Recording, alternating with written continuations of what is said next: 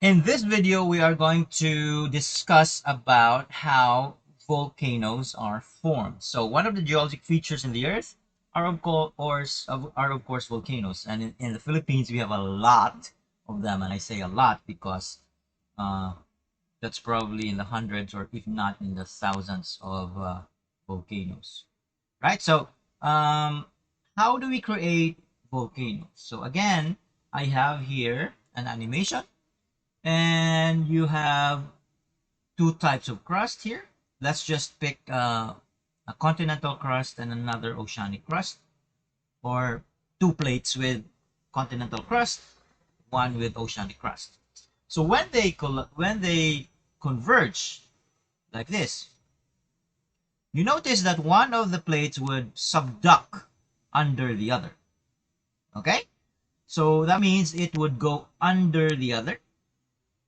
And the reason for that is very simple. Remember that oceanic crust is simply basaltic rock, and basalt or basalt, however you pronounce that, is very dense compared to continental crust. Because remember, continental crust is basalt plus a layer of granite, and granite is not that dense. So, basic tenet of science, the denser materials tend to sink under the other. Remember the density power? Where liquids that are denser tend to sink at the bottom, and liquids that are lighter tend to float at the top. And that's it. That is true for everything, not just liquids. So the denser crust here subducts under the other. And when it subducts, what happens is the crustal material goes into the asthenosphere. And obviously, the asthenosphere is very hot, and therefore the materials get melted. And these things that are melted, technically speaking, because um, they are basaltic, or they are crustal material, they're not really mantle material. Remember, the asthenosphere is already in the mantle. So when they get melted, technically speaking, they are less dense than the asthenosphere. So they float up. Just like if you submerge a piece of styrofoam under the sea, when you release it, the styrofoam goes up because it's less dense. It's less dense than the seawater.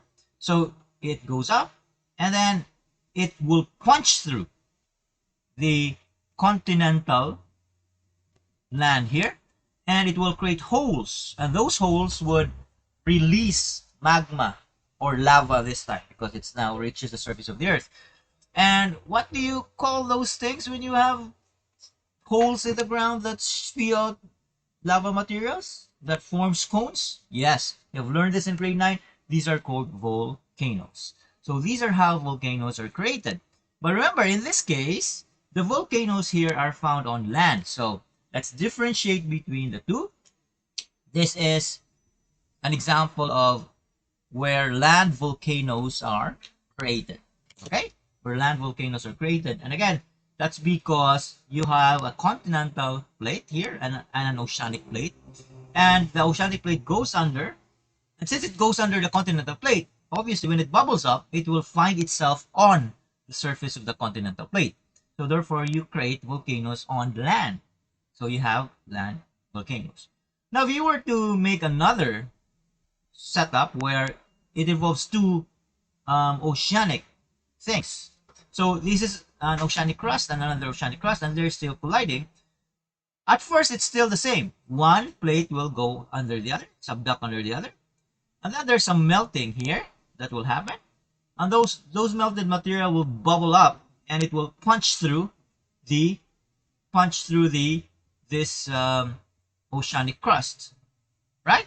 And if it punches through the oceanic crust, what do you create? You still create volcanoes, but this time you don't create land volcanoes because there's no land. It is oceanic versus oceanic. So you create underwater volcanoes. So this is important because we have to differentiate between land volcanoes and underwater volcanoes.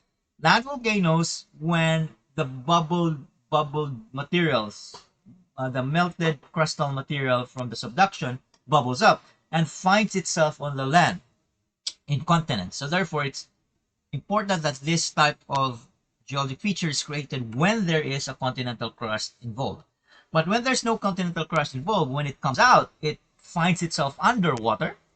So you still create volcanoes, it's no problem, but the volcanoes are underwater volcanoes and they're not really land volcanoes. So in the books, they don't really differentiate between the two. But for me, it's important that we differentiate between the two because it means that you would understand what type of plates are involved. If it creates land volcanoes, then you know it has to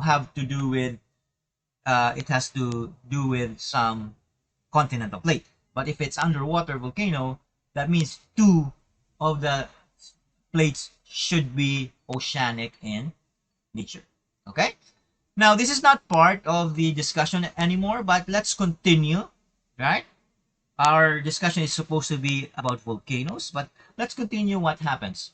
So here you have this bubbling up, so you can see if we remove the seawater, you can see now bumps on the seafloor.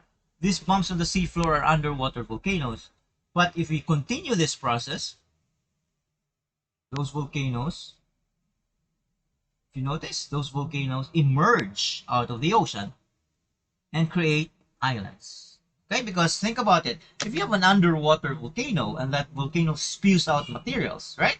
So the crust on that area will become thicker and thicker and thicker and thicker until such time that if it has spewed out enough material, those material will come out of the ocean surface. And when it comes out on the ocean surface,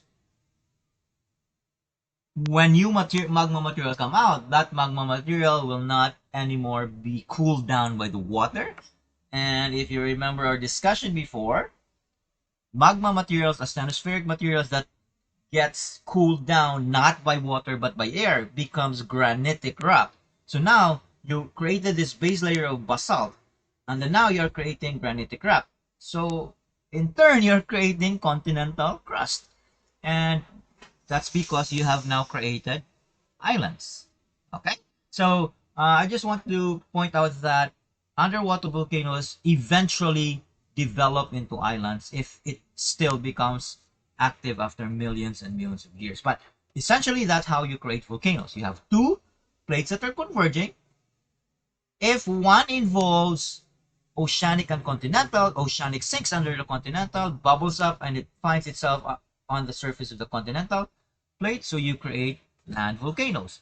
But if you have two oceanic plates, one subducts under the other, it finds itself on the surface, the bubbling up, find the bubbled material, the rising melted materials find itself on the surface of the another oceanic plate. So you create underwater volcanoes, and eventually this will create volcanic islands in the future.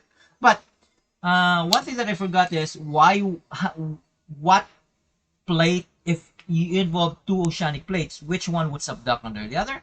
And the answer is here. If you look at the animation, I have here young oceanic crust, if it's clear, and old oceanic crust. So if we put the old oceanic crust on the left side, and you put the young oceanic crust on the right side, notice what happens. 1, 2, 3, go.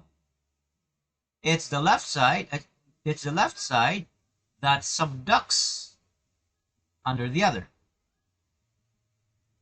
It's the left side, or I don't know if this is mirrored, but this side where my cursor is the one that subducts under the other. Why? Because it's the older oceanic crust.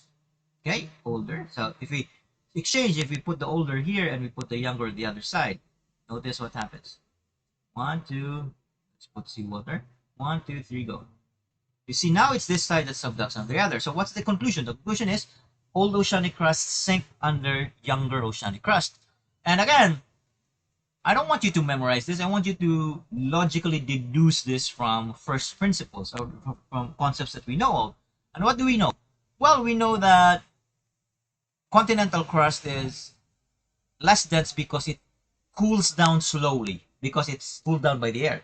Basaltic rock, it's more dense because it cools down faster because of the water. So meaning the more time it has cooled down, the less dense it becomes. Right? Think about that. So therefore, when you have old oceanic crust, Just the fact that it's old, meaning it has had more millions of years to cool down than the young oceanic crust, meaning it has shrunk considerably. And again, when you shrink something, volume decreases. And what is density? Density equals mass over volume. So if you decrease the volume, the density becomes greater. So therefore, old oceanic crust is denser than young oceanic crust. Another factor could also be that if an oceanic crust has been there for 200 million years versus a young oceanic crust which is under the water formed for 20 million years. That means the pressure of the water, remember these are oceanic crusts, so they are under the water. The pressure of the ocean squeezes them, compacts them, compacts the oceanic floor. And so what do you get when you compress something? You get more density out of it. So so in other words, old oceanic crust becomes more dense than young oceanic crust. So whenever you have two oceanic crusts, the older one will always subduct under the other. I mean, that's how you form land volcanoes and underwater volcanoes.